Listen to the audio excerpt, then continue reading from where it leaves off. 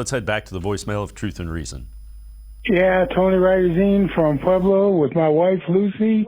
She picks Cincinnati 27-21. I got to go with my wife. I want to keep her happy. All right. Have a good day. Browns. Woof, woof, woof.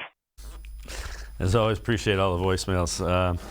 Scott, you can tell that is a man who has been married a long time. I expect it to be a close game. We'll get into it a little bit more. I think close and probably high 20s, 30s is what we're looking, maybe even 40s. Yeah, I lean that way too, Dave. I was second guessing myself a little bit. Just, does the absence of Chase affect how the game's going to be from a scoring standpoint? Does it slow down because there's maybe more Joe Mixon runs?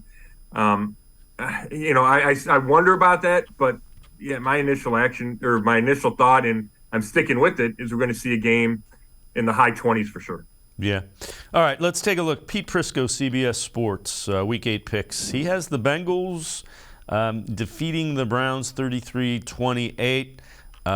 He's of the Browns, they just have so many issues on defense. Not a good thing against Joe Burrow and the Bengals passing game, the way they are throwing it around. All those are true. I mean, again, the thing that has been a little frustrating is the defense has a lot of playmakers, and they haven't been able to turn the ball over very much. No, and I think the communication breakdowns early in the season have, for the most part, been resolved lately. Right, we haven't seen those nearly as much.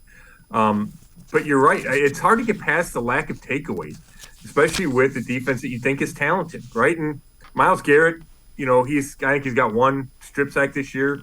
He needs more, and he'll be the first one to tell you that.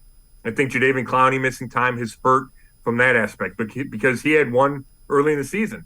And then the back end just hasn't been able to get those interceptions.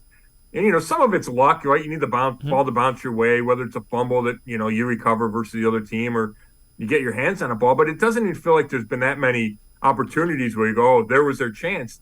So, yeah, and maybe that's what changes it, right? Maybe that's what flips the season and gets the Browns some momentum, is they get a game where they get the turnovers. And we saw it last year in Cincinnati, right? There was such a huge factor when the Browns went there and handled the Bengals.